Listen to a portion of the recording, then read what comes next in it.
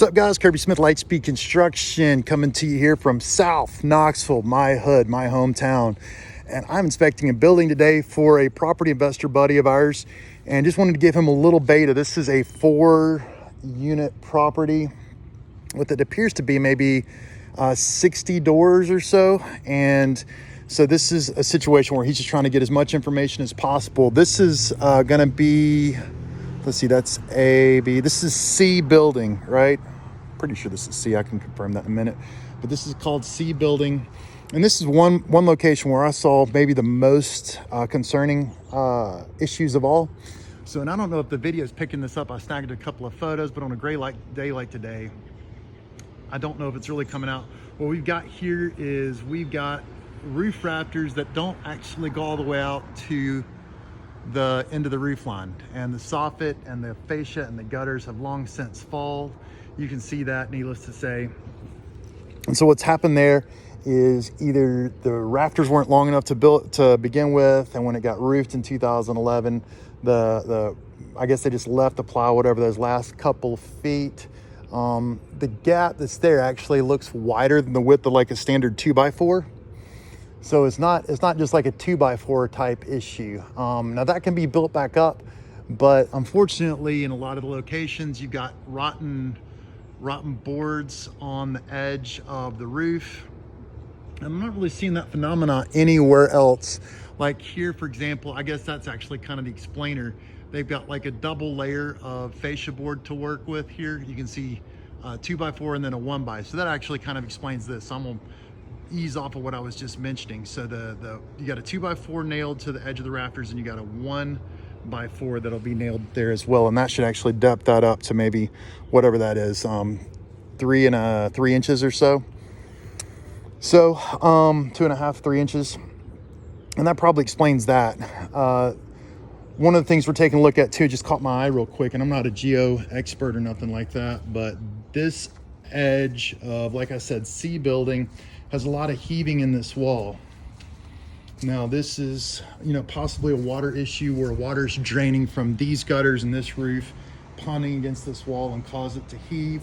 And this is the only spot I've really found this particular effect, but you can see this wall has moved and is in the process of moving. There's no windows above it, so you don't really see a bunch of window gapping, or there would have been major leaks in the walls. But you can kind of see that effect occurring here. And needless to say, there's some ditches that have kind of been naturally forming because of all the water that wasn't being captured and collected. And then it kind of went back here, sort of set against the grade of this property, and then did what it did. There's also a lot of oversplash where that the water's been splashing against the siding, because the gutters have been missing for years now, it appears. And you got rotten siding, possibly rotten studs, other issues. Let me get into this just a little bit more, guys. I'm gonna walk down here. I do see the one thing that might be worth mentioning here, because you can kind of see some exposed here. So let's see here, what do we have? So this board is obviously soaking. I'm just kind of trying to get an idea of maybe if this foundation's actually slipped or moved. Not really able to tell it from right there with the boards that are in place. I don't want to start monkeying with that. The lines don't really look that bad back here, right? And what I mean by lines is that the lines of the brick are nice and straight, and then the siding above that is nice and straight on top of it. So that's helpful to know. I'm trying to get in here and get an idea of this foundation. This flashing may kind of be a giveaway, because the flashing, you should be seeing that lap over the top of the brick to pull the water away. And you can see the flashing sort of sunk a little bit. So, I mean, that it is possible that this, that the side of the building has moved a little bit. You got some rot at the windows where water's gotten into the siding and done what it does. I don't see any major evidence that this wall has moved. And like I said, the lines look pretty nice and straight. So it might just be isolated down on that end of the building.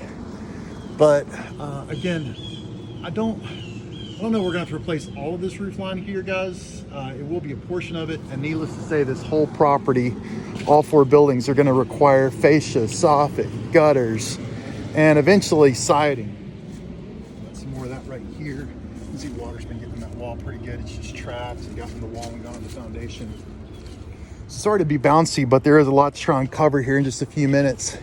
And guys, Knoxville, Tennessee, give us a shout if we can help y'all. Roofing, siding, all right, roofing, gutters, fascia, and soffit, and maybe siding if we really like you, like we like this customer.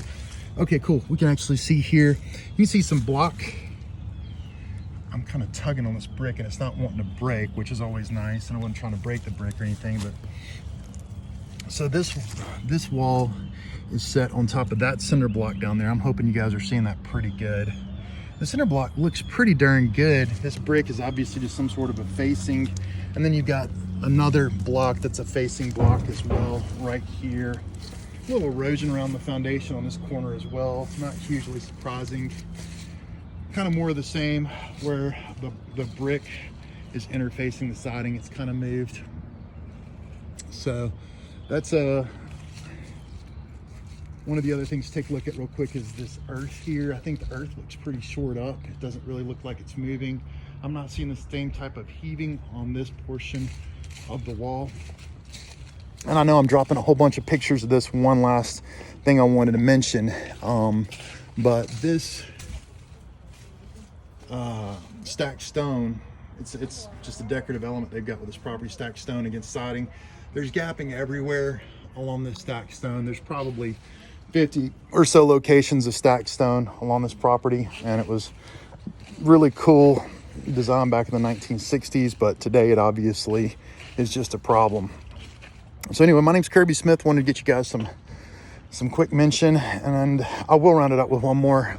This particular building, this is building number 4. It's just like a small little, maybe a swimming pool outhouse type thing at one time, but it has an old roof, so that roof would need to be replaced. Every other roof here is new, but that one was not replaced in 2011.